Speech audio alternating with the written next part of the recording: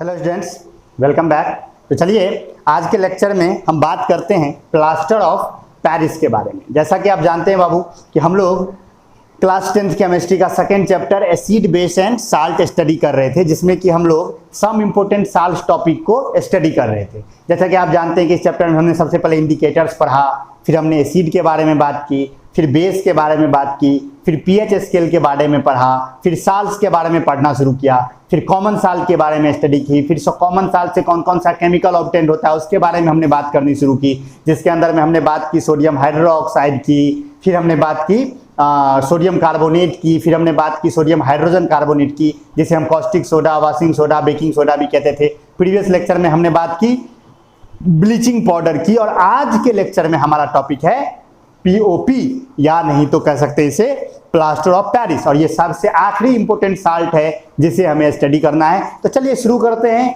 I hope आप सभी घर में होंगे और स्वस्थ होंगे। तो चलिए बच्चों शुरू करते हैं। सबसे पहले पीओपी की बात करते हैं, प्लास्टर ऑफ पेरिस। आप सभी ने जिंदगी में प्लास्टर ऑफ पेरिस देखा ही होगा।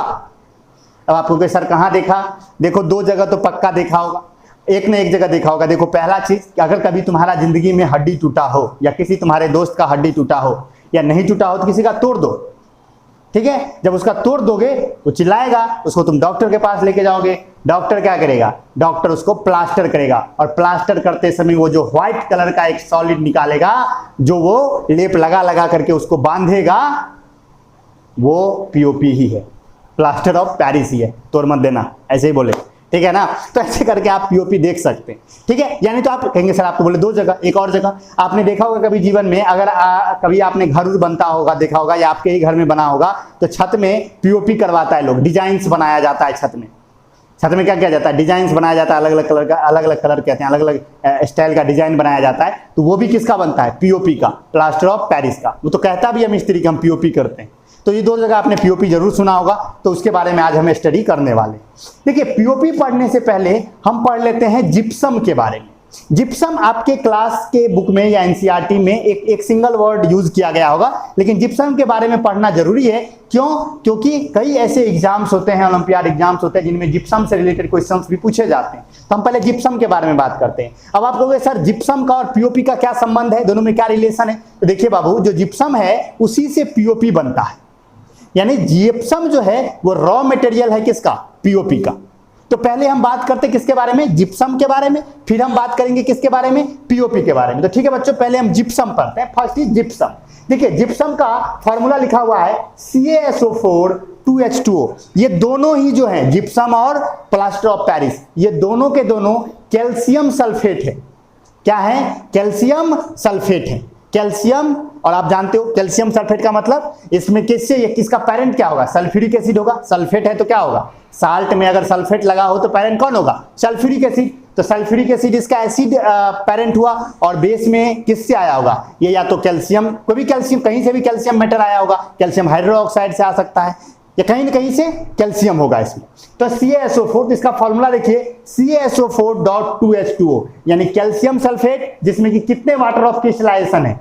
2 वाटर ऑफ क्रिस्टलाइजेशन है। वाटर ऑफ क्रिस्टलाइजेशन पे हम लोग बात कर चुके हैं जब हम बात कर रहे थे किसके बारे में? सोडियम कार्बोनेट के बारे में। वहां पर 10H2O था, याद होगा, Na2CO3.10H2O, याद है? सोडियम कार्बोनेट में 10 वाटर ऑफ क्रिस्टलाइजेशन था ना। वाशिंग सोडा, जहां पर मैंने कहा था 4 तरह का होता है सोडियम कार्बोनेट, एक बिना वाला जिसे हम एनहाइड्रस कहते थे, या सोडा ऐश भी कहते थे। फिर उसके बाद Na2CO3.1H2O, फिर .7H2O और .10H2O। 10H2O वाला तुम्हारा वाशिंग सोडा था, याद होगा आपको ना? याद है तो देख लीजिए एक बार लेक्चर फिर से, ठीक है। यहां देखते हैं हम लोग, इसका फॉर्मूला है CaSO4.2H2O, इसका केमिकल फॉर्मूला है ये। कैल्शियम सल्फेट के मॉलिक्यूल कितना लगा हुआ है? 2 वाटर ऑफ क्रिस्टलाइजेशन लगा हुआ है। और अगर इस 2 को उड़ा दोगे, इस 2 वाटर ऑफ क्रिस्टलाइजेशन को अगर आप गायब कर दो, तो ये क्या बन जाएगा? Anhydrous calcium sulphate. क्या बन जाएगा? Anhydrous calcium sulphate. कोई दिक्कत नहीं है, नेक्स्ट लेक्चर हमारा पूरा का पूरा वाटर ऑफ क्रिस्टलाइजेशन पे ही रहने वाला है, तो चिंता मत कीजिए, कल के लेक्चर में तो एनहाइड्रस हाइड्रेटेड सब समझ में आ जाएगा। आज हम लोग ये देख लेते हैं। तो CaSO4.2H2O, इसका जो नेम है, केमिकल नेम, वो है कैल्शियम सल्फेट। क्या नाम है? Calcium sulphate. इसको प्रोड्यूस कैसे करेंगे? इसको अगर आपको प्रोड्यूस करना है तो प्रोड्यूस करने के लिए कुछ नहीं करना है, कोई भी एक कैल्शियम का साल्ट लीजिए, कोई भी कैल्शियम का साल्ट लीजिए और उसे रिएक्ट करवा दीजिए या तो सल्फ्यूरिक एसिड से या कोई भी सॉल्युबल सल्फेट से, या तो किससे, सल्फ्यूरिक एसिड से या कोई भी सॉल्युबल सल्फेट से। यहां तो जगह है नहीं, मैं यहां पर करके दिखाता हूं। जैसे कि आप मान लीजिए आप कैल्शियम क्लोराइड ले लीजिए CaCl2, मैं इसका एग्जांपल दे रहा हूं बाबू, कैल्शियम साल्ट और सॉल्युबल सल्फेट मिलके कैसे बनाता है, या सल्फ्यूरिक एसिड कैसे मिलके बनाता है जिप्सम। देखिए आप CaCl2 ले लीजिए और इसको आप रिएक्ट करवा दीजिए लेट सपोज H2SO4 से। किससे? H2SO4 से। ये क्या है?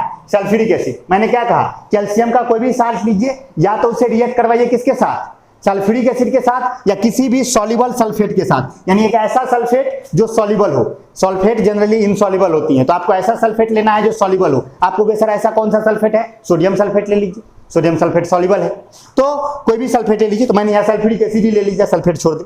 तो CaCl2 में तुमने क्या रिएक्ट करवाया, H2SO4 रिएक्ट करवाया, तो आप देखोगे कि ये बन जाएगा CaSO4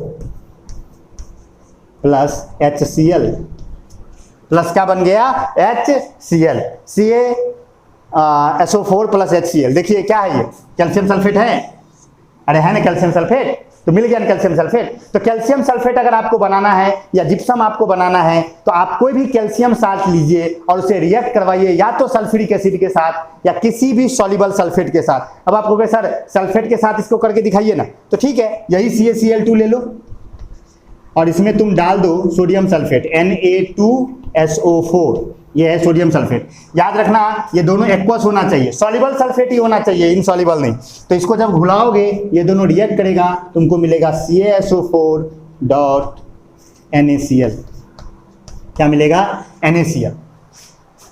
समझ गए बात। तो कोई भी कैल्शियम साल्ट को सल्फ्यूरिक एसिड या किसी भी सॉल्युबल सल्फेट से रिएक्ट करवा के आप क्या बना सकते हो, कैल्शियम सल्फेट बना सकते हो, यानी कि जिप्सम बना सकते हो। तो कैसे प्रोड्यूस होगा समझ में आया। लेकिन इसे बनाने की जरूरत नहीं है, ये नेचर में एबंडेंस में पाया जाता है, नेचर में ये ऑलरेडी पाया जाता है, नेचर में मौजूद है। ठीक है, नेचर में ये मौजूद है। और ये जो POP नाम सुनते हो ना, POP प्लास्टर ऑफ पेरिस, ये नाम ही इसलिए पड़ा क्योंकि POP जो प्लास्टर ऑफ पेरिस है वो बनता था जिप्सम से, और जिप्सम का जो खान था, जिप्सम सबसे अधिक पाया जाता था पेरिस के आसपास। फ्रांस का की राजधानी है पेरिस, तो फ्रांस में पेरिस है ना, वहीं पर ये पाया जाता था जिप्सम, इसलिए इसका नाम ही प्लास्टर ऑफ पेरिस पड़ गया। आई होप आपको समझ में आया। समझ गए। तो जिप्सम नेचर में ऑलरेडी अबंडेंट है। हाँ, नेचर में अगर बात करोगे तो नेचर में ये दो फॉर्म में पाया जाता है। जो कैल्शियम सल्फेट है वो नेचर में दो फॉर्म में पाया जाता है, या तो ये एनहाइड्रस फॉर्म में पाया जाएगा, एनहाइड्रस मतलब बिना वाटर ऑफ क्रिस्टलाइजेशन वाला CaSO4 वाला, या नहीं तो जिप्सम के फॉर्म में, यानी कि CaSO4.2H2O वाला। तो POP बनाने के लिए हमको कौन सा चाहिए, एनहाइड्रस वाला या 2H2O वाला, 2H2O वाला जिप्सम वाला चाहिए। ठीक है, चलिए इसकी प्रॉपर्टीज की बात करते हैं। प्रॉपर्टीज में बात करोगे तो ये एक व्हाइट क्रिस्टलाइन सॉलिड होता है। जो जिप्सम है, ध्यान से सुनिएगा, नोट में लिखा हुआ है, चिंता मत कीजिए, नोट पढ़ लीजिए, समझ में आ जाएगा। वैसे मैं बोल भी रहा हूं कि जो जिप्सम है वो एक व्हाइट क्रिस्टलाइन सॉलिड है जो स्लाइटली सॉल्युबल इन वाटर है, यानी ये वाटर में घुलता नहीं है, थोड़ा सा घुलता है। White crystalline solid slightly soluble in water, और इसकी सॉल्युबिलिटी जो है, इसकी जो सॉल्युबिलिटी है पानी में, इसके घुलने का जो रेट है, वो अगर आप टेम्परेचर बढ़ाते जाओगे तो सॉल्युबिलिटी क्या होगी, घटती चली जाएगी। टेम्परेचर बढ़ाते जाओगे तो इसका क्या होगा, इसकी सॉल्युबिलिटी घटती चली जाएगी, यानी कि ज्यादा गर्म पानी में ये कम घुलेगा। जनरली क्या होता है, जो चीज घुलता है पानी के अंदर उसका टेम्परेचर बढ़ाते तो वो ज्यादा घुलता है, अरे होता है ना, टेम्परेचर बढ़ा देते तो सॉल्युबिलिटी बढ़ जाती है। लेकिन ये एक ऐसा सॉलिड है जिसका टेम्परेचर बढ़ने के साथ सॉल्युबिलिटी डिक्रीज होती है, ये याद रखने की चीज है। तो gypsum white crystalline solid slightly soluble in water and solubility decreases with increase in temperature. अब अगर बात करो, ये एसिड्स में घुल जाएगा। अगर डाइल्यूट एसिड्स में इसे घुलाने जाओगे, जिप्सम को एसिड में घुलाया जा सकता है, अगर आप एसिड में डालोगे तो एसिड में क्या होगा, ये आराम से घुल जाएगा, कोई दिक्कत नहीं है। तो डाइल्यूट एसिड्स में ये घुल जाती हैं। नेक्स्ट अगर बात करें इस पर हीट का एक्शन देखें आप, तो आप कैल्शियम सल्फेट ले लीजिए या जिप्सम ले लीजिए और उसे गर्म कीजिए। देखिए यहाँ पर 3 रिएक्शंस लिखे गए हैं, ध्यान से देखिएगा। पहले रिएक्शन में क्या है, हमने जिप्सम लिया, ये जिप्सम है, और जिप्सम को आपने गर्म किया 100 डिग्री सेल्सियस पर। किस पर गर्म किया, 100 डिग्री सेल्सियस पर। तो देखिए इस तरफ आपको POP मिला। देखिए इसमें 2 वाटर ऑफ क्रिस्टलाइजेशन था, हमने देखा कि 2 मॉलिक्यूल लिया हमने, किसका, जिप्सम का 2 मॉलिक्यूल लिया, तो 2 मॉलिक्यूल में कितने वाटर ऑफ क्रिस्टलाइजेशन हो गए, 4 वाटर ऑफ क्रिस्टलाइजेशन हो गए।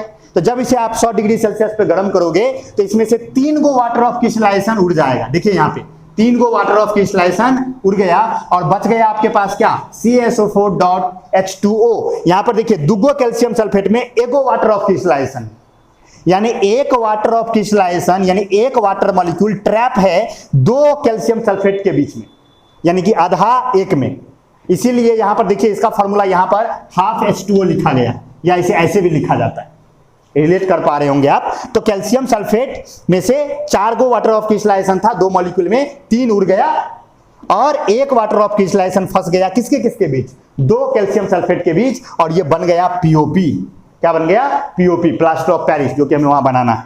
तो ये तो 100 डिग्री सेल्सियस पे गर्म करने पर, अगर इसे आप 200 डिग्री सेल्सियस पे गर्म कर दो, किस पे गर्म कर दो, 200 डिग्री सेल्सियस पे, इसका सारा का सारा पानी उड़ जाएगा और ये एनहाइड्रस कैल्शियम सल्फेट बन जाएगा। क्या बन जाएगा, एनहाइड्रस कैल्शियम सल्फेट बन जाएगा।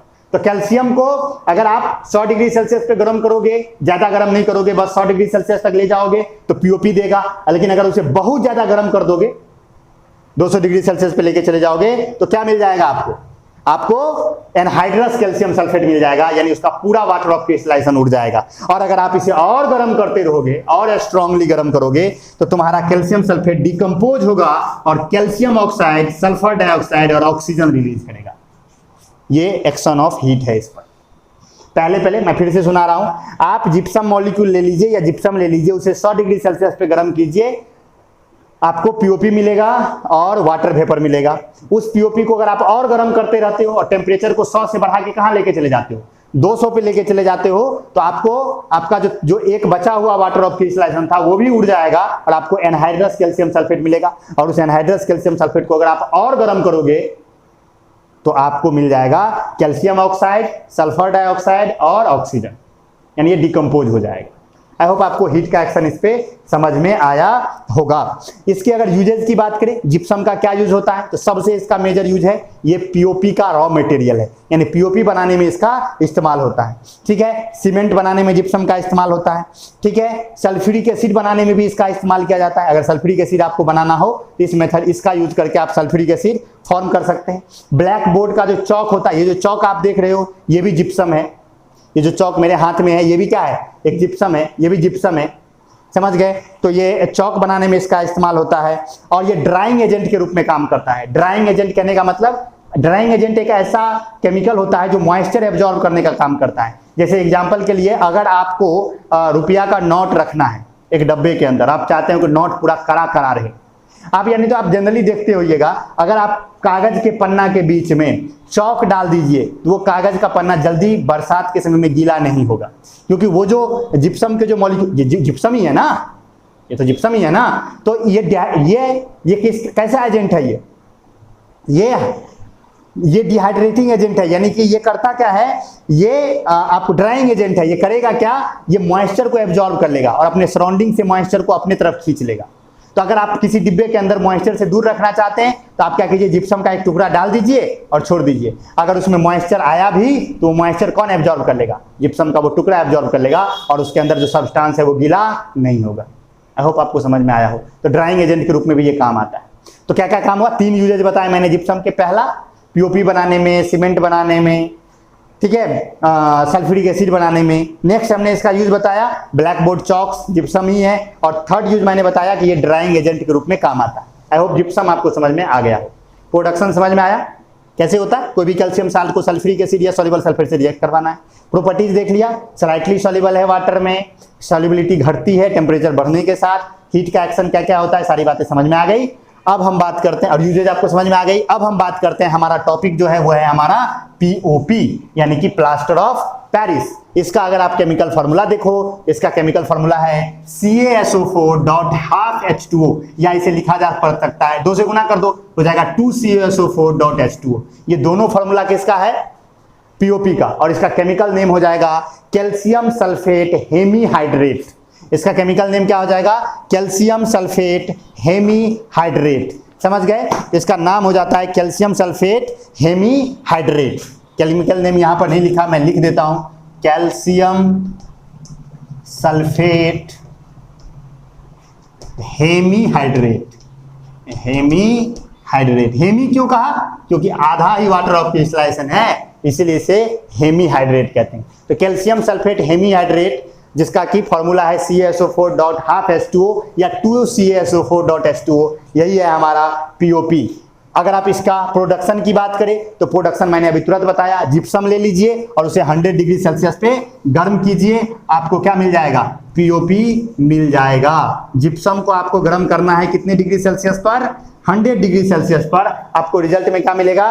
POP मिलेगा। लेकिन ध्यान रखिएगा, गर्म करते वक्त इस बात का ख्याल रखिएगा कि कहीं टेम्परेचर 100 डिग्री सेल्सियस से अधिक ना हो जाए, क्योंकि अगर 100 डिग्री सेल्सियस से अधिक टेम्परेचर होगा तो पूरा का पूरा वाटर ऑफ क्रिस्टलाइजेशन उड़ जाएगा और आपको POP के जगह पे क्या मिल जाएगा? एनहाइड्रस कैल्शियम सल्फेट मिल जाएगा, जिसे हम डेड बर्न्ड प्लास्टर कहते हैं। क्या कहते हैं? Dead burned plaster. क्यों कहते हैं डेड बर्न्ड प्लास्टर? क्योंकि उस प्लास्टर को अगर आप पानी लगा के सेट करने जाइएगा तो वो सेट नहीं होगा।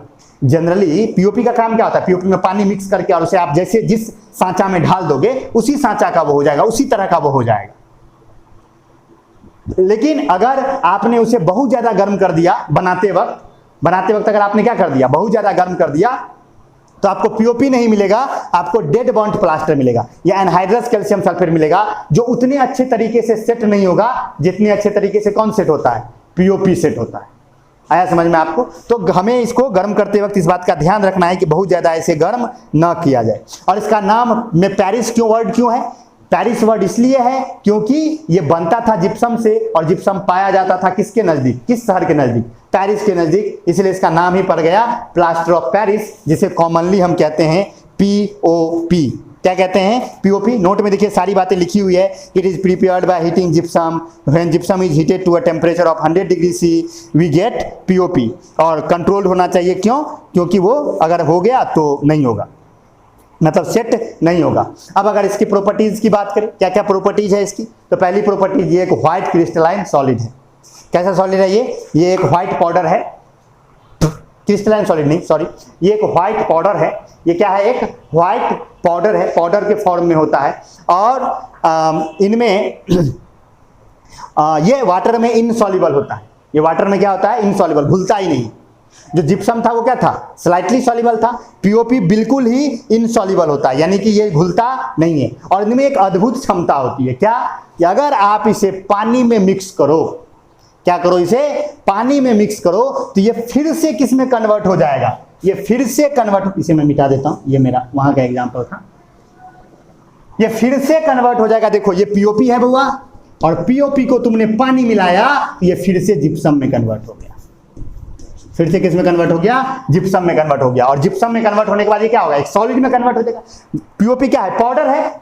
और जिप्सम क्या है? एक सॉलिड है। तो उसमें एक सॉलिड में कन्वर्ट हो जाएगा और एक सेट हो जाएगा। जिस तरह से आप सेट कर दोगे, जिस सांचा में ढाल दोगे, उसी सांचे का ये हो जाएगा। तो ये अद्भुत क्षमता होती है किसके अंदर? POP के अंदर। तो देखिए क्या लिखा है? It is not soluble in water, it is not soluble in water, it is neutral in nature. ये भी एक प्रॉपर्टीज है, नोट में लिखा हुआ है कि ये नेचर में कैसा है? न्यूट्रल है, यानी कि लिटमस पेपर के ऊपर इसका कोई असर नहीं होगा। ये ना तो एसिडिक है ना ही बेसिक है। और उसमें एक यूनिक प्रॉपर्टी होती है कि आप एक बार पानी मिला करके इसको जिस शेप में ढाल दोगे वो इसी शेप का हो जाएगा। और POP को हमेशा स्टोर किया जाता है किसमें? POP को स्टोर किया जाता है एक ऐसे कंटेनर में जो मॉइस्चर से दूर हो, क्योंकि अगर इसमें मॉइस्चर घुसा तो ये जिप्सम में कन्वर्ट हो जाएगा और वो किसी काम का रह ही नहीं जाएगा। तो देखिए लिखा हुआ है कि plaster of Paris has a property of setting to hard mass when a paste with water is allowed to stand aside, यानी कुछ देर तक अगर इसे छोड़ दिया पानी मिला करके तो उसी शेप का हो जाता है। आप POP करने वाले मिस्त्री को अगर देखे हो कभी जीवन में, तो अगर थोड़ा भी ज्यादा देर हो जाता है तो वो खराब हो जाता है। थोड़ा भी ज्यादा देर हो जाता है तो वो क्या हो जाता है? खराब हो जाता है। वो सेट हो जाता है। एक बार सेट हो गया तो फिर उसे क्या है? वो काम का नहीं रह जाएगा। समझ गए? और ये जो सेट होता है इसको फास्ट करने के लिए इसमें सोडियम क्लोराइड मिलाया जाता है, यानी कॉमन साल्ट मिलाया जाता है। यानी अगर आप चाहते हो कि तेजी से सेट हो जाए तो आप इसमें क्या मिक्स कर सकते हो? नमक मिक्स कर सकते हो। नमक कैटालाइजर के रूप में काम करता है इसको सेट होने में। समझ गए? तो NaCl का इस्तेमाल किया जा सकता है, या नहीं तो एलम भी मिलाया जा सकता है। एलम अगर आप मिला दिए तो ये और ज्यादा हार्ड सेटिंग देगा। कई बार आप देखते होंगे POP जो इधर का होता है, हम लोग के घर में जो POP होता है, ये जो कितना मूर्ति सब बनाया जाता है POP का, तो बड़ा हार्ड होता है, वो बहुत ही कठोर होता है। उतना हार्ड कैसे आता है? तो उसमें एलम मिक्स होता है।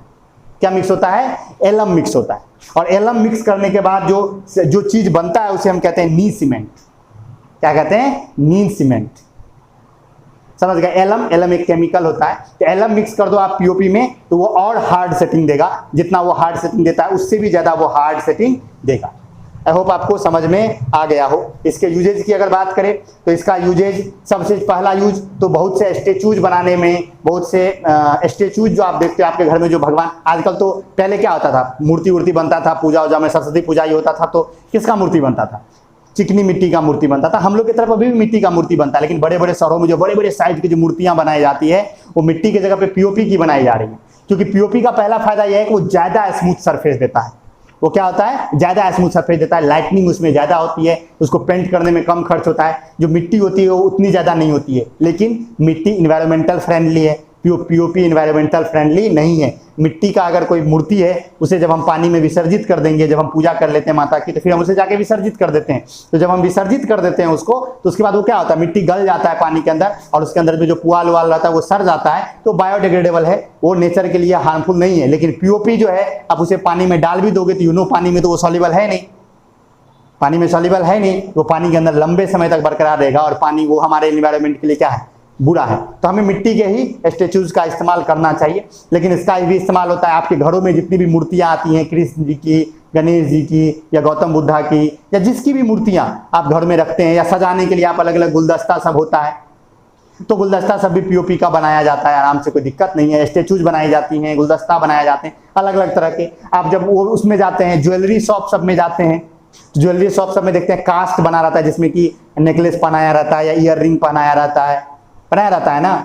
वो जो ज्वेलरी सबका कास्ट होता है ना, ऐसे बनाया रहता है, नेक जैसे उसमें पहनाते हैं हम लोग।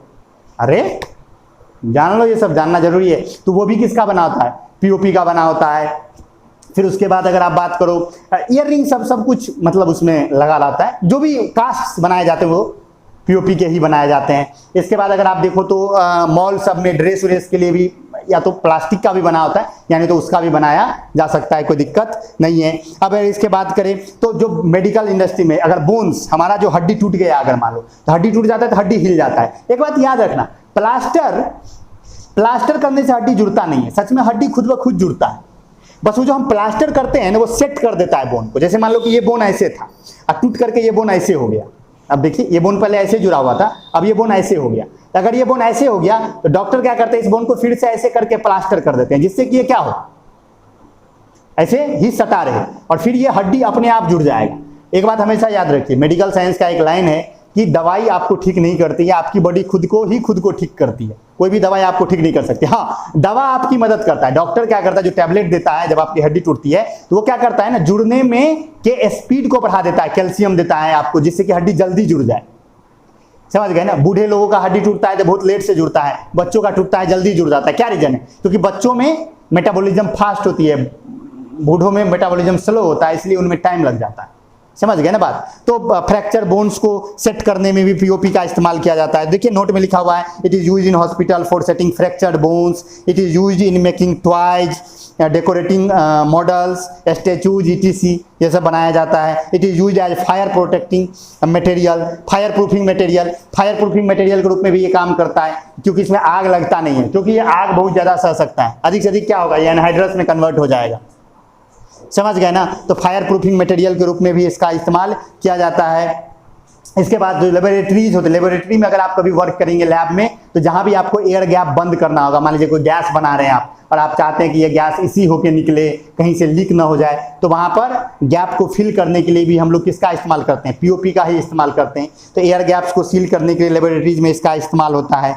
सरफेसेज को स्मूथ बनाने के लिए पेंट जो होता है घर में, जैसे यहाँ ही पेंट हुआ है, तो पेंट करने के लिए क्या किया जाता है? पहले मारा जाता है, एक आप देखते होंगे कहा जाता है व्हाइट सीमेंट लगा रहे हैं, यानी तो एक देखते होंगे ना आप, उसे चमटा पे ले करके ऐसे दीवार पे लगाता है, जिससे कि वो जो प्लास्टर का जो रफनेस है वो खत्म हो जाए। तो वो भी क्या होता है? पीओपी ही होता है। तो ये सारे यूजेज हैं, यूजेज पे कोई ज़्यादा ध्यान देने की जरूरत नहीं, कौन इसमें रॉकेट साइंस है, पढ़ोगे समझ में आ जाएगा। तो सारी बातें आई होप आपको पीओपी से रिलेटेड समझ में आई होगी। आज के लेक्चर में हमने जिप्सम के बारे में बात की और पीओपी के बारे में बात की।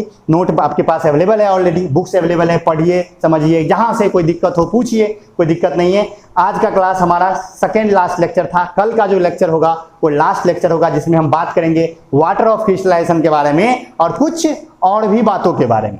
कुछ और भी बातों करने का मतलब कुछ यूनिक क्वेश्चंस जो आज तक क्लास में नहीं आया, जो आ सकता है, और आप जब सुनेंगे उन क्वेश्चंस को, जो कि टेस्ट में, कल ही मैंने टेस्ट लिया था तो एक यूनिक क्वेश्चन था कि सोडियम कार्बोनेट कोल्ड ड्रिंक में जल्दी सॉल्युबल क्यों है, वाटर की तुलना में कोल्ड ड्रिंक में जल्दी क्यों घुलता है। इसी तरह के 2-4 क्वेश्चंस हैं जो इस चैप्टर से रिलेटेड हैं, जो आपको अच्छा लगेगा जानकर। तो नेक्स्ट लेक्चर में हम उस पर बात करेंगे। वाटर ऑफ क्रिस्टलाइजेशन कोई बड़ा टॉपिक है नहीं, 5 से 10 मिनट का टॉपिक है, वही सारे होंगे। तो नेक्स्ट लेक्चर में हम लोग इसे खत्म करेंगे, फिर हम लोग डिसाइड करेंगे कि अगला चैप्टर हम कौन सा पढ़ते हैं, तब हम लोग बात करेंगे। तो ठीक है बच्चों, मिलते हैं हम लोग नेक्स्ट लेक्चर में। See you soon, bye bye, take.